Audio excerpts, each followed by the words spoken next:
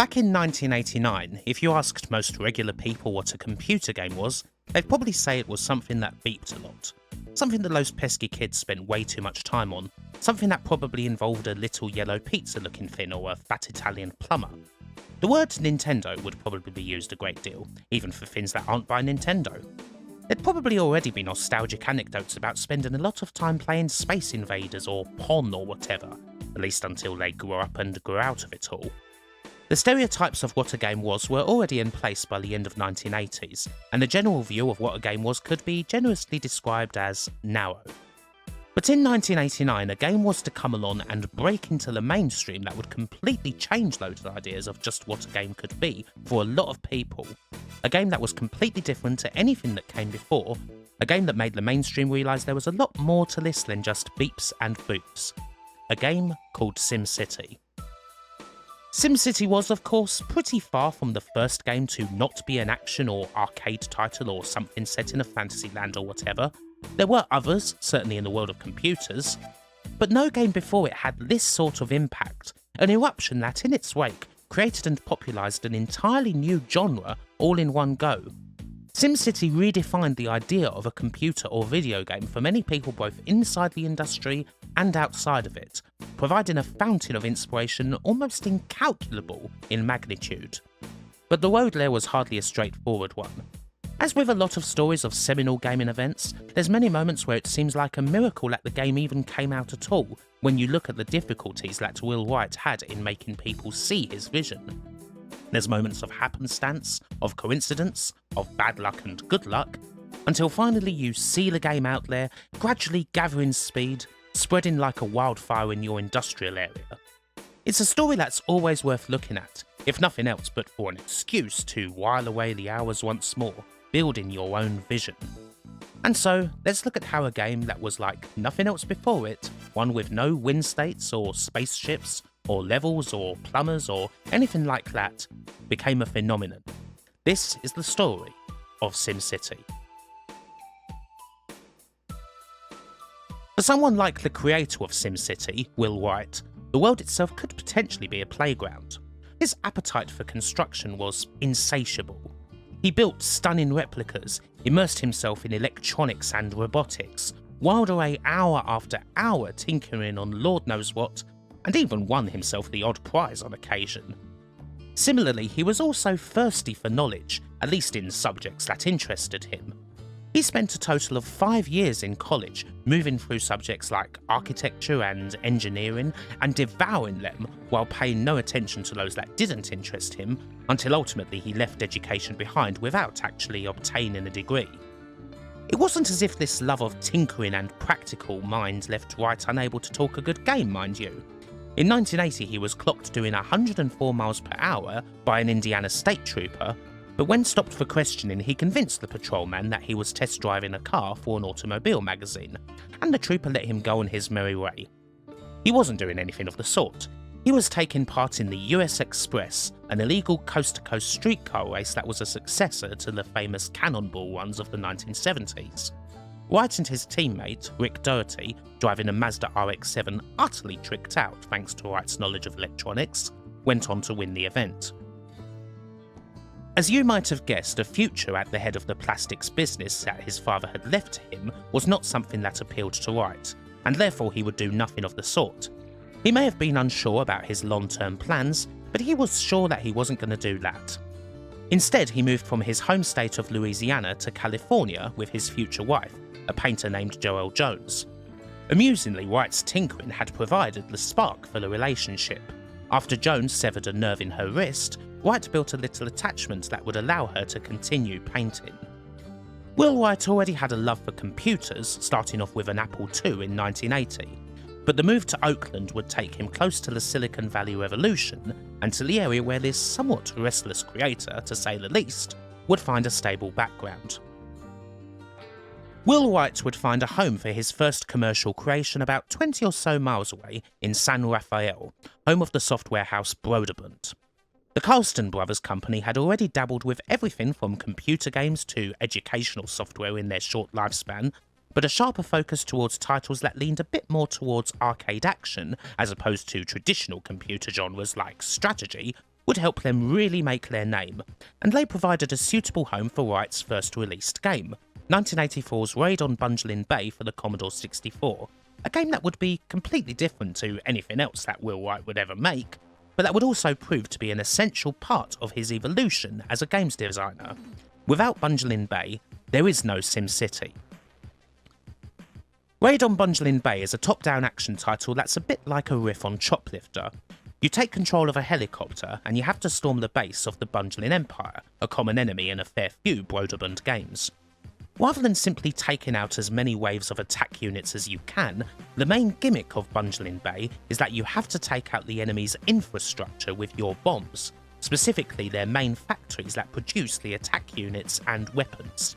If you don't do this, then the enemy will eventually overwhelm you just through sheer numbers, so it's pretty important. It also might help if you take out roads and other points of transport, as that can slow the enemy down. Anything to give you a bit more time. You'll frequently have to go back to your offshore aircraft carrier, as that's the main way to replenish your supplies of ammo, and you also have to defend the carrier and stop it from getting sunk. If you lose your chopper, or if the carrier goes down, the game's over. Raid on Bungeling Bay is an okay enough little game, even if it's perhaps not quite as memorable as some other action titles that were kicking around at the time. The gimmick does make it a bit unique, and you can see the influence that the game had on later titles like, say, the Strike series. It was a fine action title for the Commodore 64 in 1984, garnering a few positive notes and selling modestly, somewhere in the region of around 20,000 copies. However, it proved to be a sizable hit in a market where you might not necessarily expect it to be. When Hudson Soft converted the game to the Famicom and released it in Japan in early 1985, it was a big success, selling close to 1 million copies. You might wonder how a fairly decent, although not particularly graphically amazing, computer action title like Bungeling Bay proved to be such a hit in this market, and that in itself is worth a bit of detailing. The reason for the game's success isn't so much down to the title itself as it is down to the success of Broderbund's titles as a whole in Japan, and a lot of that was thanks to Doug Smith's classic Lode Runner. This rather well-known platformer from 1983 was itself a riff on a Japanese-made arcade game called Space Panic from 1980, which in turn was essentially a side-on version of the seminal early Japanese arcade hit Enko Alien. You climb ladders to collect gold, you can't jump, but you can defend yourself from enemies by digging holes for them to fall in. The game proved to be a popular title on computers such as the Apple II and C64 in the summer of 1983, and it was enough for studios in Japan to take attention. System Soft initially published a PC-88 version of the game in late 1983, and from there Hudson Soft decided to make a deal to port the game over to the nascent Famicom in the summer of 1984. With the result that Lode Runner would be one of the earliest third-party titles on Nintendo's console. And it was a huge hit. The first third-party game on the system to sell over 1 million units and then some, it soon made it to other Japanese home computers, to the arcade courtesy of IREM. There were several new versions released with extra levels created through the game's editor. It was massive. The upshot of this, naturally, was that Hudson and Nintendo wanted an awful lot more of Broderbund's games. They got them, and a lot of them were hits. Some people always wonder why Spelunker was such a big deal on the system. Broderbund's Japanese success is the reason why, and the game was a huge hit despite being, well, rather odd in its approach, to say the least. The same applies to games like Choplifter, Jordan Mechner's Karateka, and Raid on Bungeling Bay. These games, a fair amount of which hadn't been all that successful back home, were big hits in Japan on the Famicom, and Broderbund were a big name on the system nearly a whole year before it was rechristened the NES and sent over to the West. And so Will Wright's first game proved to be a big success, one which he made a decent chunk of change from. Usefully, this afforded him a fair bit of time to work on his next project. It was a game that would evolve directly from Raid on Bungeling Bay, although perhaps not in the way that you would expect it to. The curious thing that Will Wright found when making Raid on Bungeling Bay, and particularly when designing the game's levels, is that he had an awful lot more fun using his level editor to build the Bungeling Empire's bases and cities than he ever had when he was playing the game properly. Indeed, it rather stuck with him to the point where, after Bungeling Bay was finished, he was still screwing around with the game's level editor, creating these little towns with the game's assets. It's here where the origins of SimCity can be found. As he got more and more into doing this, and thought of other things that he could emulate with the editor, he figured that if he was having an awful lot of fun doing this, then why wouldn't other people also have fun doing this? In the end, the idea of creation appealed more to him than destruction.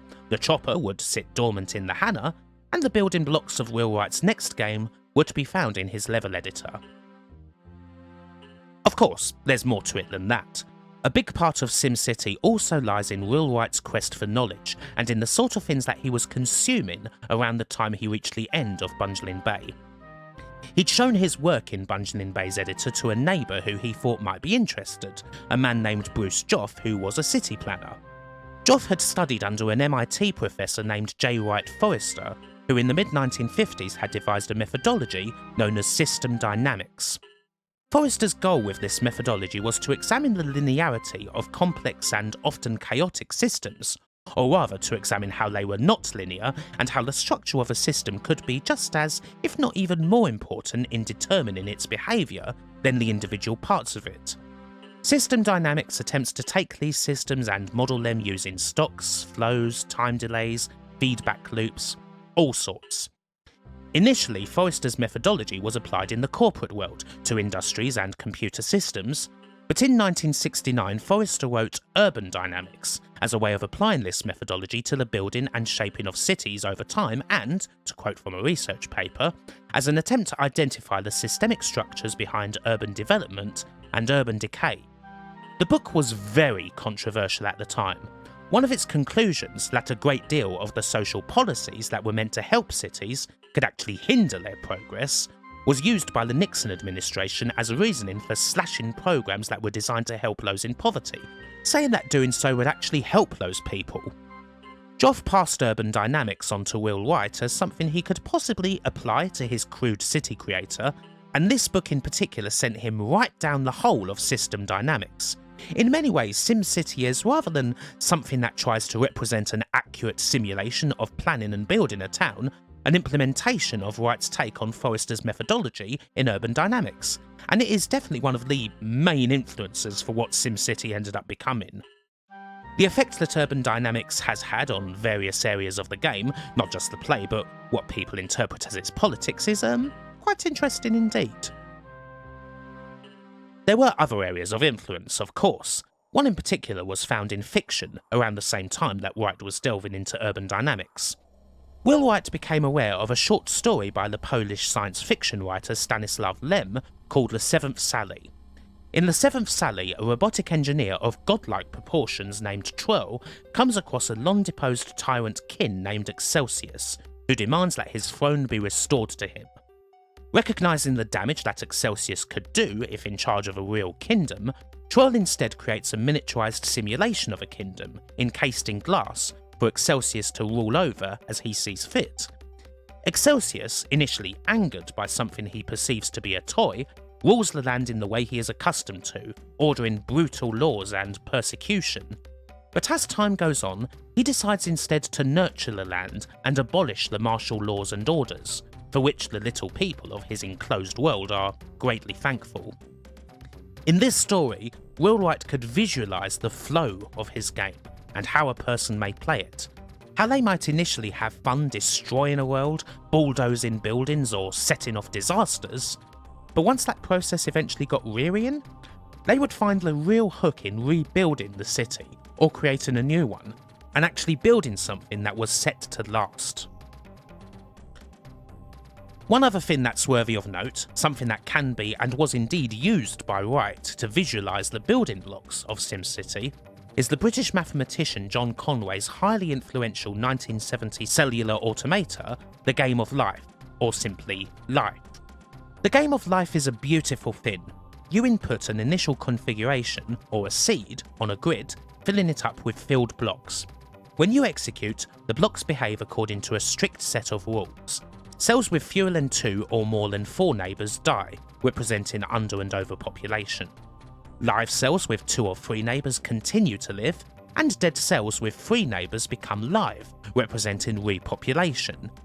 There is no way to affect this process once you hit play, it simply plays out until it reaches an end, if it does. It's possible to create many things with the game, all of which have been given various names over the years. Still lifes don't move at all, oscillators move in a sequence, spaceships move across the grid. People who are a great deal smarter than I am have applied the game of life to all kinds of areas: physics, economics, philosophy. There's a lot to unpack.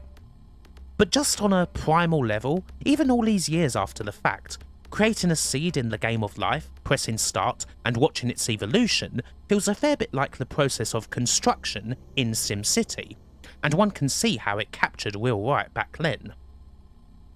These are just a few of the foundations for SimCity, the things that helped Will Wright to take the game from a crude city builder based on a level editor where you could place or remove buildings and little else, to something much more in-depth and fully functional, that would emulate the various issues that a city may face, such as crime, pollution and congestion, that would feature the placing of zonal areas for residential, commercial and industrial property rather than just letting you plunk buildings down from the list, and so on.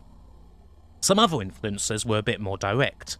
Will Wright saw that software like, for example, Pinball Construction Kit by Electronic Arts were selling in decent numbers, and reasoned that if people were having fun creating their own pinball tables, again, couldn't they also have fun trying to create their own city? In a later interview for Tristan Donovan's book Replay, he also cited Mac Paint as a leading influence, just for the simple concept of taking this palette of tools, having your canvas right there, and creating whatever you wanted with it. As he was building his game, he was hoping to convince Broderbund to think the same way, and this was something that would prove to be quite the challenge. Will Wright set about building his game through 1985 on the Commodore 64, although it didn't as of yet have the name that made it famous. Initially, Wright's game was called Micropolis. He would give a player all the tools that they needed not just to build a city, but also to destroy one. Earthquakes, fires, tornadoes, a random plane crash, floods, and even the appearance of a gigantic sea monster who may well have been fashioned after Godzilla. Initially, the bulldozer was the only tool that players had to destroy cities, something that Wright basically saw as an eraser to correct mistakes. But he noticed how much fun the people he was showing the game to were having using it, and reasoned that the addition of being able to trigger disasters as well would further help players basically get it all out of their system before setting out on the real purpose of the game, that being creation.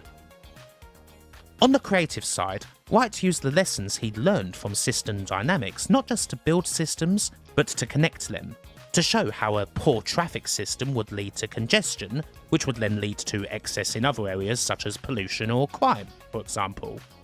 He built in more and more feedback for the player, not just in the addition of graphs and charts which showed the city's progress and potential in commercial, residential and industrial areas, but also in approval ratings for the player and a ranking system to determine how successful your city was based on its current population and population growth. And there were a few fail states. A poorly run city would eventually result in bankruptcy, in complete degradation, and ultimately in the mayor, that is, you, being run out of town on a rail, ending the game. At this stage of the proceedings, Wright was incredibly enthusiastic about the title. In around about 1986 or so, Micropolis on the Commodore 64 was fairly close to a completed work. The main trouble that he had wasn't really with the creation of the game, it was in making others see the game as he saw it. Broderbund struggled with the very concept of SimCity. They looked at it, made approving nods at the complexity of Wright's design, but the people in charge would always come back to one question. How do you win? At what point does all of this city planning and building become a game that you can achieve a victory in? Will Wright didn't much like this question. He constantly explained that to him, building a successful city that was personal to you was the reward. The win state, if there was such a thing, was to ultimately be satisfied with what you had built, a fully completed city that was perfectly self-reliant and would just be, without the need of any screen saying that you won. But unfortunately, Broderbund just couldn't get it.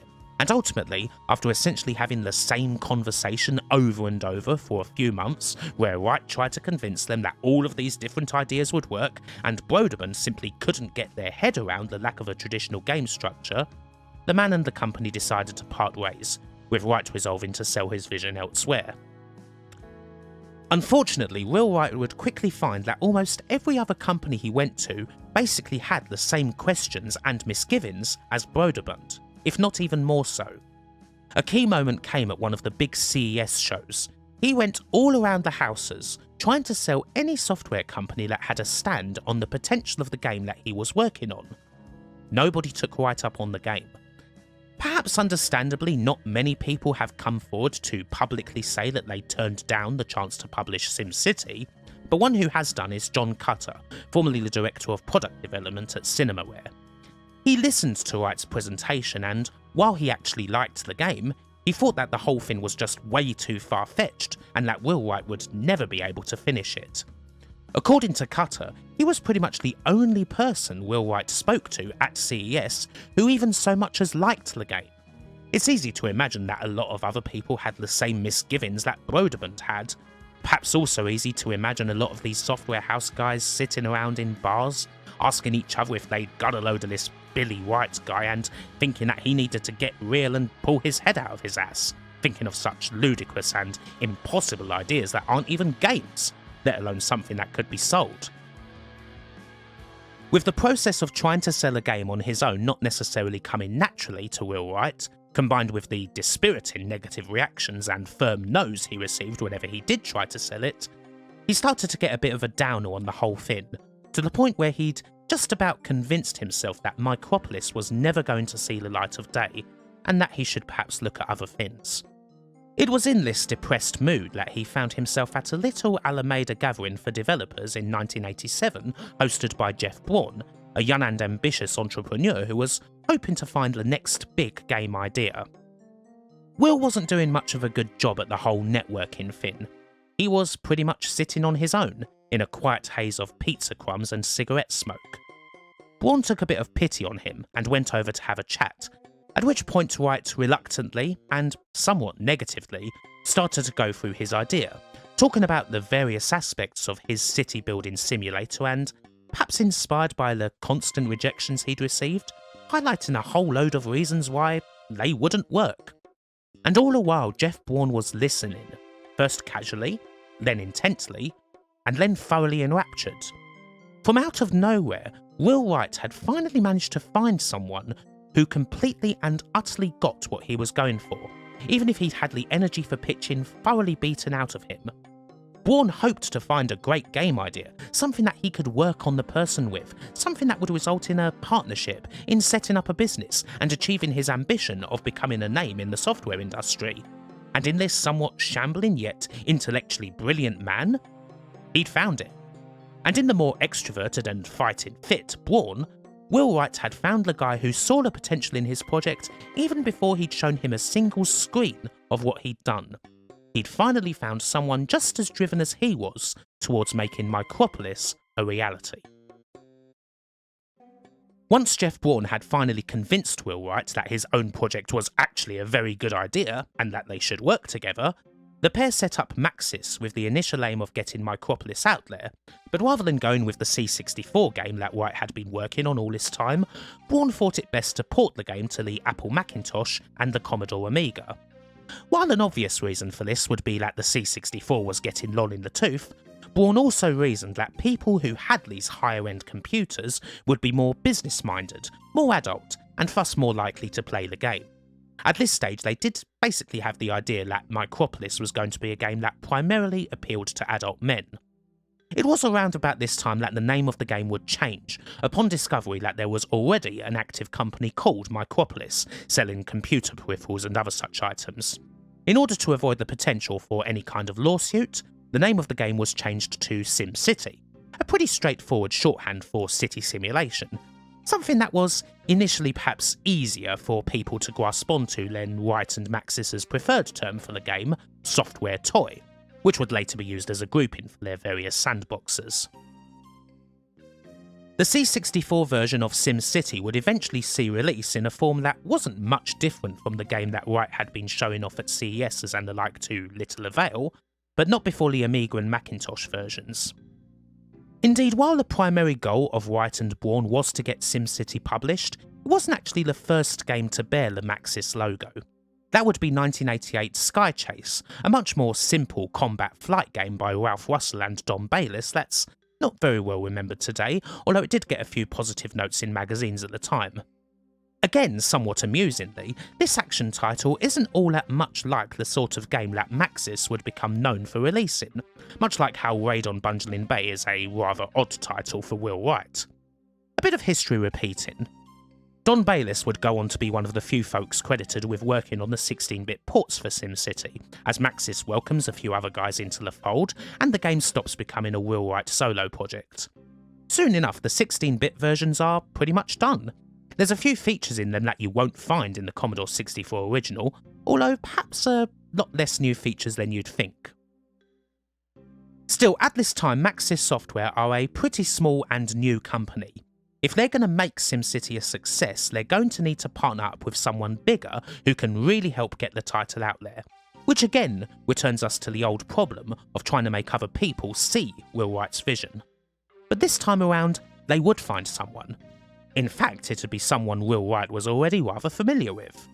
Broderbund had only gone from strength to strength in the last couple of years, releasing successful games of all shapes and sizes, and even managing to get the odd bit of positive mainstream attention thanks to educational titles like the Carmen Sandiego series and what have you. Even if they'd ultimately rejected SimCity before, they were seen as ideal to work with, and worth trying again. This time around, Wright and Jeff Braun would find Broderbund to be a fair bit more receptive to Wright's game than they had been previously, thanks to both the shiny new 16-bit versions of it, and a wider range of software gradually starting to creep into the market. They felt the time was right to give SimCity a go, although they did want a couple of things added. Not yet able to fully get over the lack of a proper win state, they got Maxis to add scenarios to the game that basically functioned as a limited time challenge to make a city a success, something either set in history or a bit more fantastical, such as one in Tokyo in 1954 just before Godzilla comes sprawling through, a scene which would actually be the basis for the game's original box art. The scenarios satisfied Broderbund when it came to having a game of sorts, and at last, Maxis had a green light to get this show on the road. Finally, in February of 1989, SimCity was out there for the Macintosh and the Amiga, quickly followed by the original C64 version in March. Initial sales took a little while to get going, but word of mouth would spread about the games pretty quickly, in particular thanks to some very glowing write-ups from magazines. For all the misgivings that so many software houses had, the game proved to be an instant smash with the critics. Computer Gaming World, one of the most popular American computer publications of the time, were absolutely effusive, basically imploring people to buy the game so that Maxis could make sim-type games for everything. As we'll see, they kinda got their wish.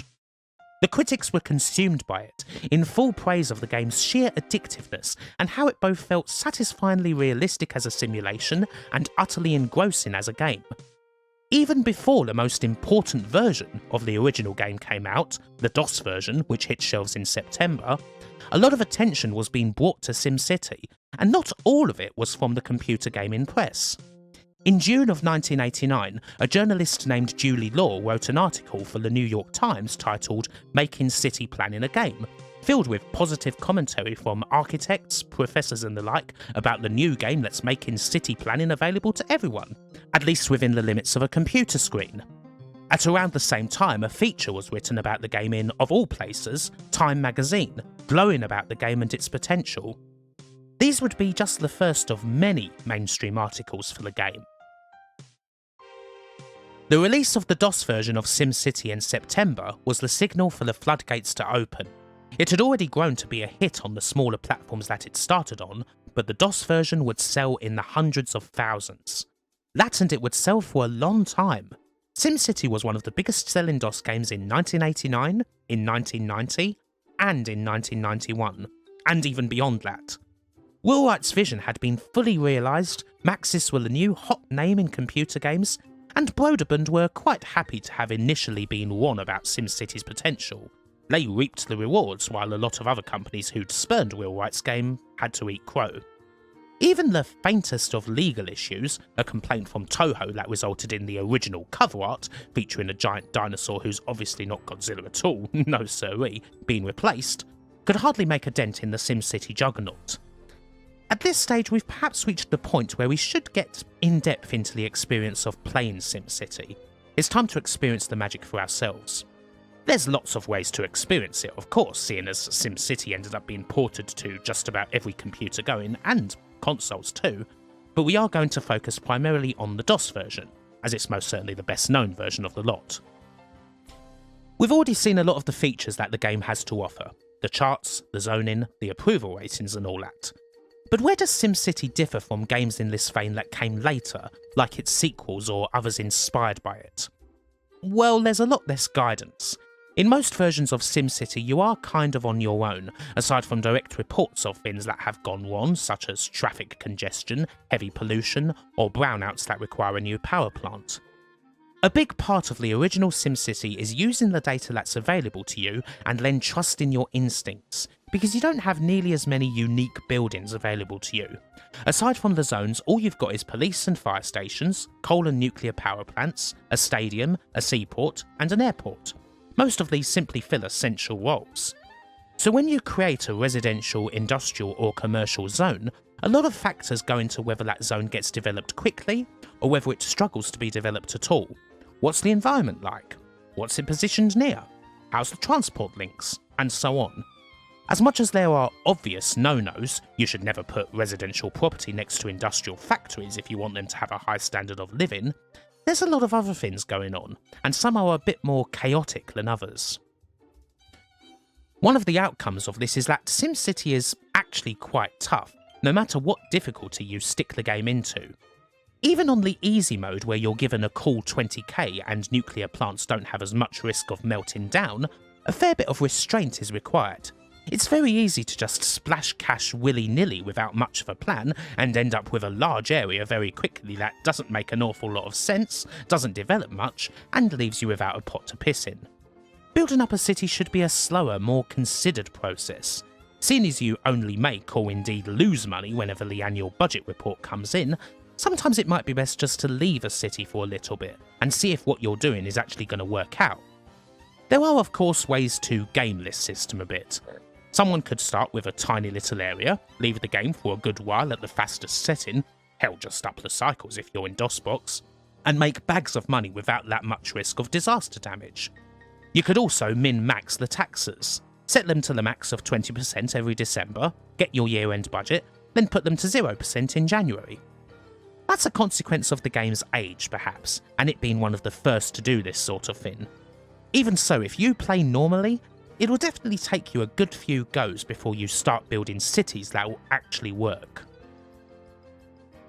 SimCity's best quality though, without a doubt, is that you're going to be dedicated to doing such things because this game moves fast and is very addictive, even now. The whole process is rather immediate, and you can spend an awful lot of time building up that city, tinkering with it, making changes here and there, and of course, reacting to any problems. A huge earthquake that decimates your city can, of course, be disheartening, especially when it felt like your city was just about to turn the corner, but then the new challenge comes in dealing with the consequences of the disaster, bulldozing areas to stop fires spreading and so on, and then rebuilding again, recovering from the catastrophe.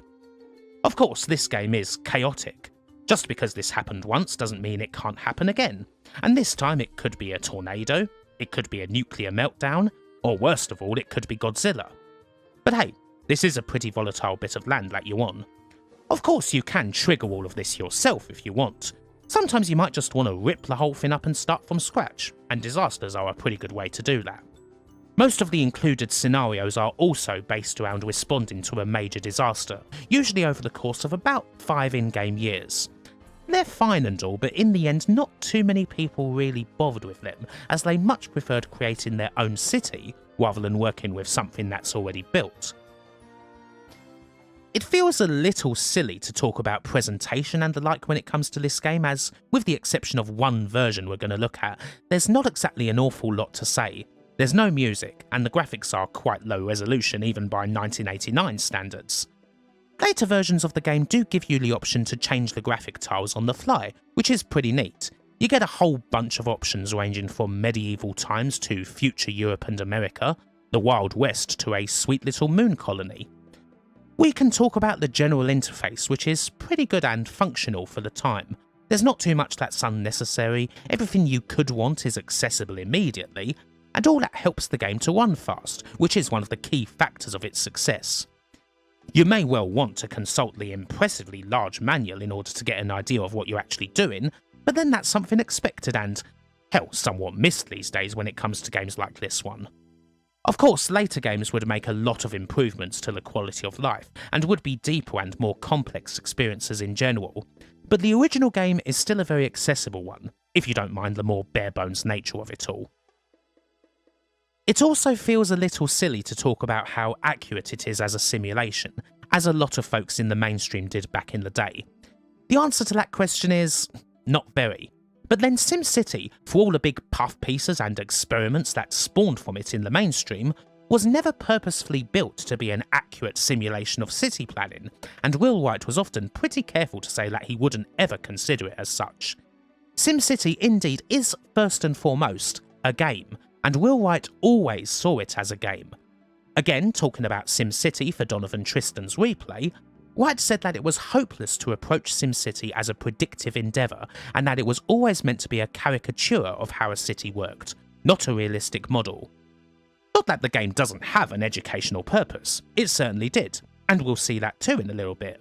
But ultimately the quality of the game is what allows SimCity to stand up and still be an enjoyable little experience, even if the genre it helped create has moved on an awful lot in the last 30 plus years. You can see why it grabbed so many people's attention, not just the adult males with fancy computers that Maxis and Broderbund expected to get, but people of all ages, regardless of gender, and a fair few people who previously had no interest in computer or video games whatsoever. Now of course the DOS version of SimCity is the most famous one, but there are many others to consider. The success of SimCity meant that there were a lot of ports. A lot of these ports are pretty different too, and it's definitely worth looking at a few of them. In fact, there's a good argument to say that the DOS version isn't even the best one. So let's have a look, shall we? Of course there's the myriad of other PC versions, the most famous being SimCity Classic, the Windows 3.1 version of the game that came out in 1992. There's a few neat little quality of life improvements here. You can move toolbars around, and you can also bookmark areas of the map, nice if there's something you want to switch to quickly. Aside from these little changes and some actual music this time around, it is pretty similar to the DOS game, but it is absolutely one of the most popular versions, one that helped the game sell long into the 1990s. The other beefy micros all have their own versions, starting with the Amiga and Macintosh of course, the first two to be released.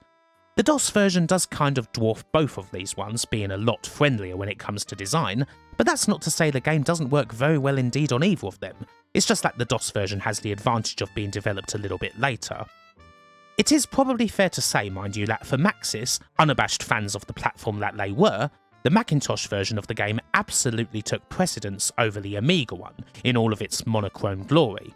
It certainly had a great deal of impact on the platform, to the point where it is thought of as a bit of a cornerstone of Macintosh gaming. After all, it's not too often that a famous game comes out on the Mac before it comes out on PC. And we obviously can't go through the early versions of the game without making note of the Commodore 64 title. Not the first one to be released, but the first to be made by a long distance, and it very much shows. This is the proto-SimCity, with some quite annoying foibles, such as having to bulldoze every single little tree before building on the ground, less graphs and stats, and a highly unfriendly user interface. It's a bit of a shame that this didn't get a bit of a lick of paint before getting put out there, although Maxis understandably had higher priorities than the C64 in 1989. As it is, being that it's basically the same as the Micropolis version that Will Wright was shown to various software houses, it provides an interesting window into the building blocks of SimCity. And then of course there's the other 8-bit micros. Here's where things really do get quite interesting. Yes, you can play SimCity on both the ZX Spectrum and Amstrad CPC, in versions that were headed up by Infogrames. Needless to say, the graphics have obviously taken a bit of a hit, but they're not all that bad for the systems, and no features have been taken out. It can be a little irritating to switch from moving your view around to putting roads and buildings down, but on the whole, this is a very effective version. But that's not the end of it. There were versions of SimCity for the BBC Micro and the frickin' Acorn Electron.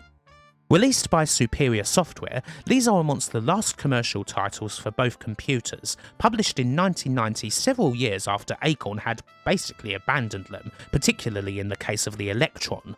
And for the platform, they are absolutely stunning.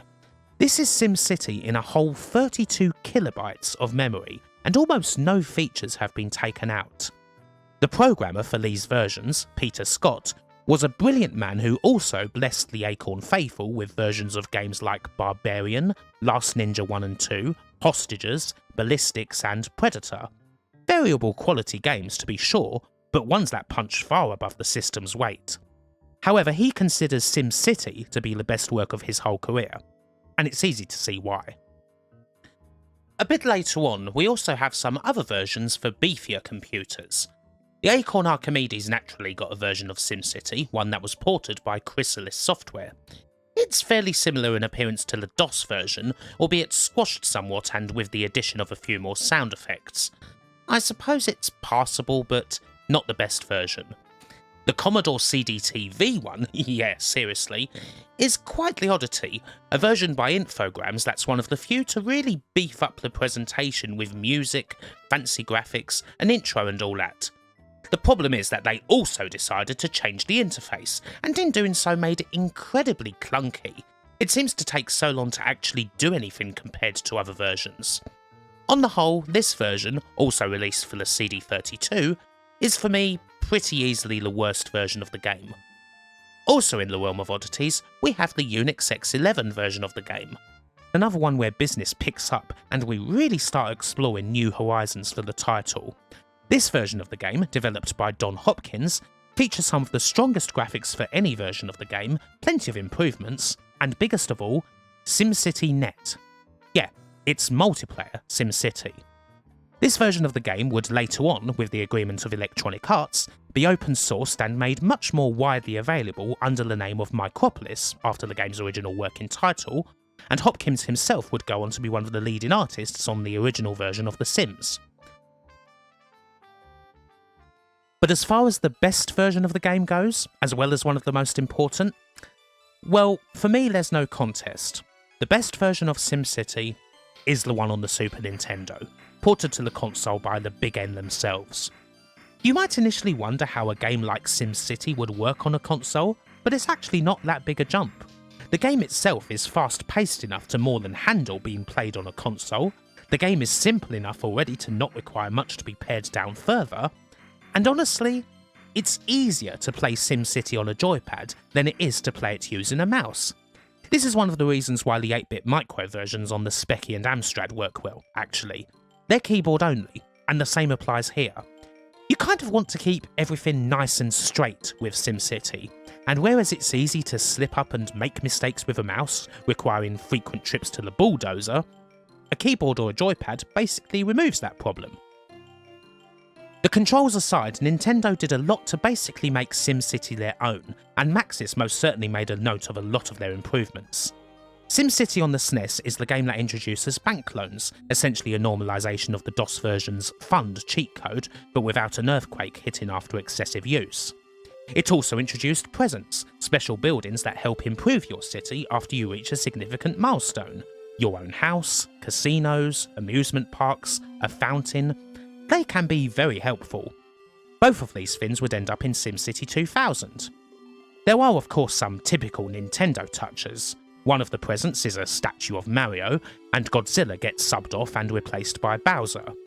And of course there's the introduction of Dr. Wright, based on the man himself and ready to give you a lot more in the way of hints and tips. Dr. Wright would become an appreciated Nintendo character in his own right, later making cameo appearances in Link's Awakening and the Super Smash Bros. Series.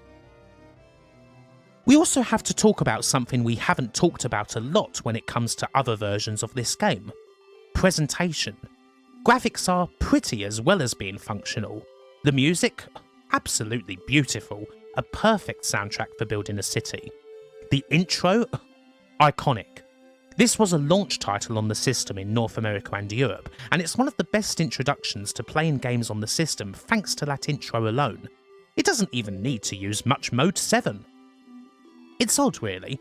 In a way, the SNES version of SimCity perhaps started a common trend for the series, in which the bods at Maxis, or EA later on, get the ball rolling with their game, something innovative and popular and highly worthy of plaudits, at least until you get to SimCity 5, but then someone else does end up coming along, taking the ideas and the formula, making it their own and making it better. It's something that arguably started with the SNES version of SimCity and continues all the way to the likes of Cities Skylines nowadays. But in any case, to me, this is the definitive version of the original SimCity. Frankly, it's not even close. That said, it's not as if Will Wright's role in this version of the game was purely limited to being the mascot. After all, SimCity came to Nintendo because Shigeru Miyamoto was keen to develop a city building game of his own for the SNES, only to discover that Wright had beaten him to it. Miyamoto didn't think he could improve on SimCity simply by making a different city builder.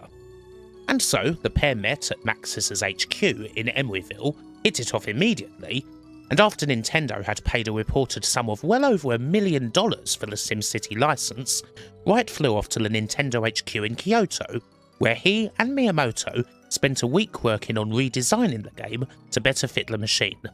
So yes, a big portion of the Nintendo SimCity is down to a collaboration, however brief, between two of gaming's most successful ever designers.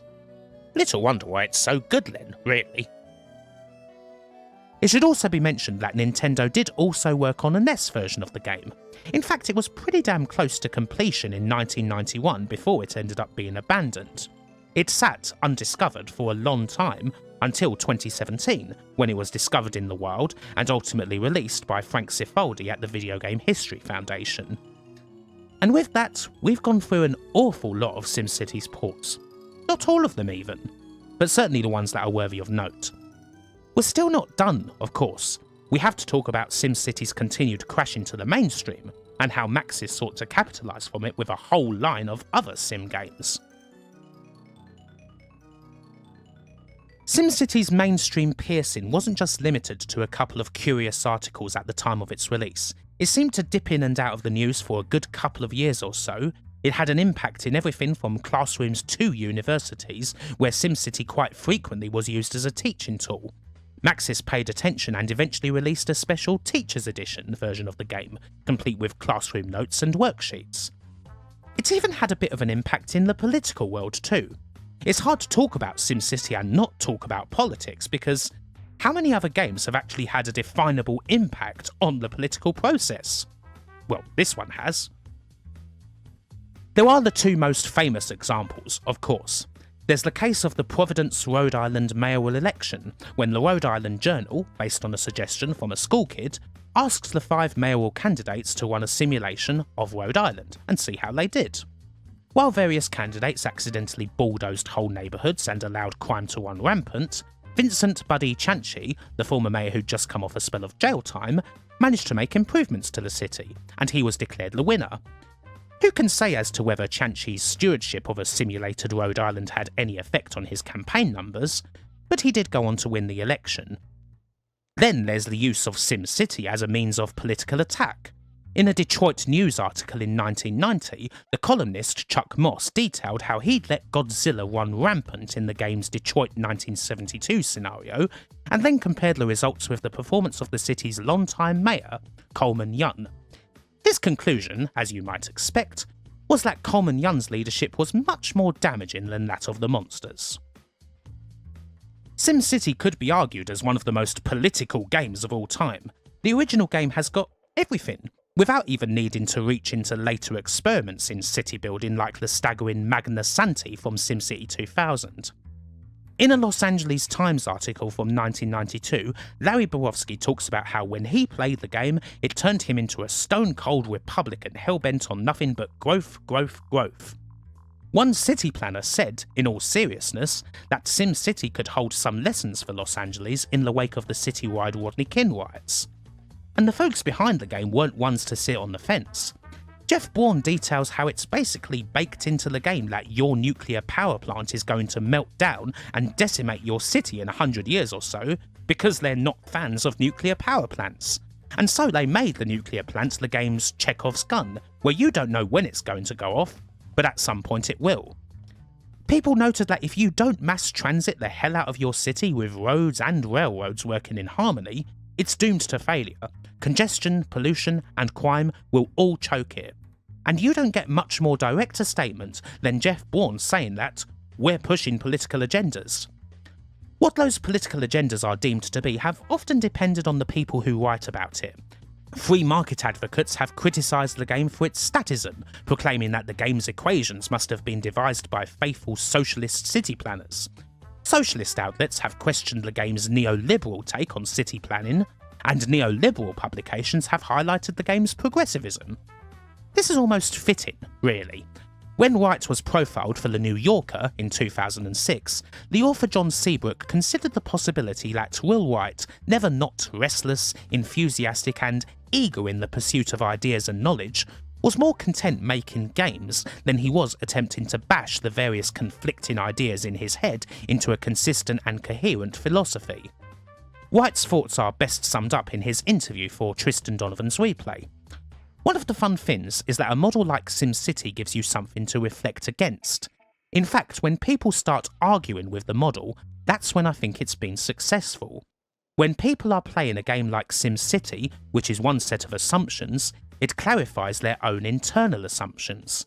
And then, when they can start arguing with it, it's crystallised in their internal model to the point where they can now argue against that model. So in some senses I think that's the point of it. As far as influence goes, naturally there's a lot to say again, both inside and outside of the gaming sphere. It did inspire quite a few people to go into city planning and architecture and the like, no matter how much Will Wright might have thought that it wasn't an accurate simulation of city planning or whatever. In the world of games, SimCity's influence was off the scale. Sid Meier was directly inspired to create the original civilization, thanks to SimCity, and later on he called it one of the 3 most important innovations in electronic gaming, grouping it with the invention of the PC and the Nintendo seal of quality. He, like Will Wright, initially thought that the game would mainly appeal to architects and city planners only, but was quite happy to be proved wrong. EA founder Trip Hawkins has been more than open about his regret at not picking the game up, while Peter Molyneux recalled the joy of getting pissed off with all the needy people and hitting them with disasters, in true God game fashion. It was a sizable influence on games like Westwood's Dune 2. Yutaka Ute Saito, creator of a game called The Tower that Maxis would eventually release as SimTower, didn't leave his Macintosh for 24 hours. There are many stories of the game's influence on people, and it'd be tough to go through them all. But there's no real doubt that it's amongst the most innovative PC games of its era, even before you try to figure out just how many people were introduced to gaming just through playing it. Maxis, for their part, were quite keen to take what they'd done and, just as Computer Gaming World had suggested, take it even further. If you can simulate a city, well, what else can you simulate? Maxis' initial efforts to make Sim a brand beyond simply SimCity are an interesting bunch. They range from games that were pretty big deals at the time, to games that failed and basically sunk without a trace, to the odd import games that were taken and welcomed into the franchise, to games that were based around important political questions of the time, and even to games that were created for companies.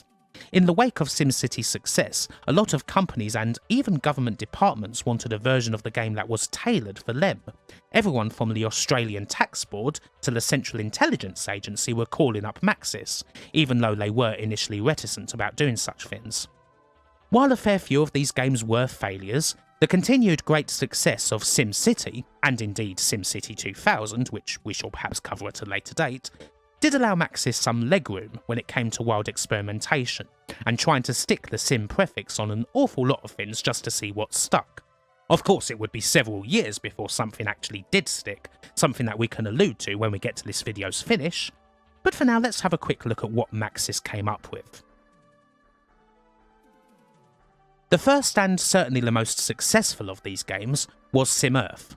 Much like SimCity, SimEarth, which Fred Haslam was the lead designer on, has a text at its heart, in particular the Gaia hypothesis by English scientist James Lovelock, who served as an advisor on the game. The result is certainly quite a pretty model for the time. You get this whole simulation of a planet, with life teeming all across it, events seemingly happen that are joined with everything else, and it was quite successful back then.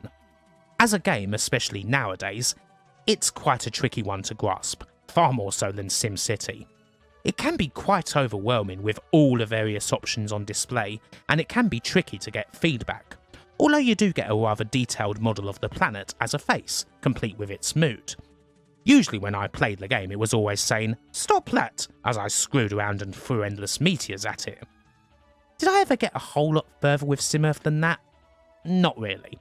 It's the most godlike of all these Maxis games, the one where the whole planet is in your grasp, but it can be tough to really get into. SimAnt from 1991 was the next game that Will Wright took the lead design role on, and even if it's not quite on the level of SimCity, it's probably the best game of all these various Sim titles. In SimAnt, you take charge of an ant colony. You're always in charge of one individual ant, and you can burrow and expand your underground base, you can explore the land, you can try to gather supplies, you can compete against a rival ant colony. Eventually your ant will die for whatever reason, at which point you'll be reborn as another ant, assuming there's an egg for you. It's an intriguing concept, certainly. Even if it's not necessarily a brilliant game, it's nice for a Maxis game to have a certain sense of competition about it. Again, this game was pretty popular at the time, even if it's not quite as well remembered nowadays, and it's certainly a lot better regarded than some of the lesser Sim games that we're just about to get to. A fair few of the Sim games are just boilerplate affairs that are incomprehensible, or they're just the typical Maxis formula tacked onto something that's not interesting. Say hello to the likes of SimLife, which makes SimEarth look like a piece of cake by comparison. Or Sim Farm, which is a fairly dull take on the SimCity formula, only on a farm. You have the typical things, a few scenarios, an experimental mode, the opportunity to throw some disasters in whenever you get bored. Sometimes more positive results occurred when Maxis went outside to look for games that fit their brand. Not only did they take the excellent original Take the A-Train from ArtDink in Japan and released it in the West as simply A-Train, but they also grabbed the tower and released it as SimTower. It's an inspired game where you're now in charge of creating a single high-rise building rather than a whole city, and there's a bit more playability here than there is in the likes of SimLife or what have you. Not a big hit or anything, but a game that had a little niche and is quite well remembered. The creator of the title, Yutaka Ute Saito, would later release a sequel called Ute Tower before moving on to his most famous game, the weird, wonderful, and very popular Seaman for the Sega Dreamcast. Then we get into some rather odd territory. Few games are quite of their time like 1993's SimHealth is, possibly Maxis' most nakedly political title. I mean, how do you fancy playing a game that's based on the early mid-90s debate on healthcare in the United States, where your main aim is to create policy and get re-elected? Where you can examine in detail all the main solutions to the country's healthcare problem that politicians had presented at the time, and even control the assumptions people have about them? Where you're given a score based on a set of questions you answer about your healthcare beliefs and how consistent the policies you enact are with them? It's an oddity, to be sure. Personally, I made sure every treatment was covered, no matter what, introduced universal healthcare at the federal level, and then did not do all that much else. I ran health insurance companies completely into the ground and the surplus was astronomical, but the people seemed to like me a whole lot anyway. Yeah, it's an intriguing piece of software. Not much of a game perhaps, and quite a high-profile failure at the time, but a very curious piece. Even more so as it was by far the most high-profile game, indeed the only publicly released one, developed by Maxis Business Simulations. This rather odd division of the company based all the way out in Monterey, headed up by the late John Howes and seemingly always at odds with the company's home base in Orinda, developed SimHealth following an approach from the Markle Foundation, a non-profit organisation built around advancing public debate and discourse on government issues, such as healthcare. Speaking of Maxis business simulations, we get to the game that was, for a long time, the company's great lost holy grail. Maxis struck a deal with the Chevron Corporation, and they made a prototype called SimRefinery for them in 1992, a piece of software that was based on the company's Richmond plant and was simply designed to teach employees how their refinery worked. Very little information was released about it at all. The game wasn't released to the general public or anything like that, and there wasn't a whole lot of anything until 2020, when Phil Salvador at the Obscuratory website released a lengthy and beautifully written article on the history of Maxis business simulations. His take on a largely unknown side of this famous company is essential reading, and I'll link it in the description. A couple of weeks after the article's release, a commenter on Ars Technica named Post Bebop, friend to a retired chemical engineer, revealed that he had in his possession what was in all likelihood the only copy of SimRefinery still left in existence, and in due course it was uploaded to the Internet Archive, finally allowing people to look at SimRefinery in the flesh, a triumph for software preservation. And so it's what you're seeing now. It feels rather silly to comment on its qualities as a game, considering that it's akin to a prototype made for a company and based in large part on Sim Farm, but it certainly is something to be able to at last see it in action.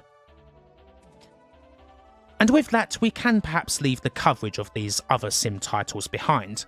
There are plenty of others, of course, the likes of SimTown, SimCopter, SimPark, SimGolf, SimTunes and so on, but they belong more to the time period when Maxis released SimCity 2000, even if once again they're mostly much lesser titles than anything Maxis put out with the SimCity name on it. As previously mentioned, it would take some time before Will Wright was really able to make something else with the Sim name that would be a hit, and when he did, it would make up for all of these misses and then some. Mind you, the genesis for that title did come all the way back in 1991, in the wake of the original SimCity success and while all these other Sim titles were going around, when he was helping his young daughter Cassidy with her dollhouse. Will Wright, naturally, got thinking about the mechanics of a dollhouse and how it pared a simulation of living down to bare essentials. What reason exists to justify this item being in a dollhouse? What's the justification? These were the thoughts going around in his mind, and he started to apply them to the various objects in his own house. In a shocking turn of events, they were thoughts he'd have to implement into reality when, in October of 1991, the Wright family home was entirely destroyed by the Oakland Hills firestorm. As Wright and his family went about replacing their belongings over the next few months, the questions of what do people need and why do they need it again continued to run through his mind, and it's these events that would ultimately form the ideas for what was at first called Dollhouse and later became known as The Sims. Of course, that's hardly a story we can start telling now. This is a video about SimCity, and it's a video that's almost at its end. Hopefully it's been an informative ride through one of the most important PC games of them all, one that we have to thank for an awful lot of the other incredible games that we've enjoyed over the years, while also being a great game in its own right. Perhaps at some point we'll come back to this story and have a look at the sequels. There's plenty worth writing about there, that's for sure. But for now, just as someone would take a look at a completed city and decide that there's not much else to add for the moment, it's time to finish up here, to thank you for watching, and as ever, to say bye for now.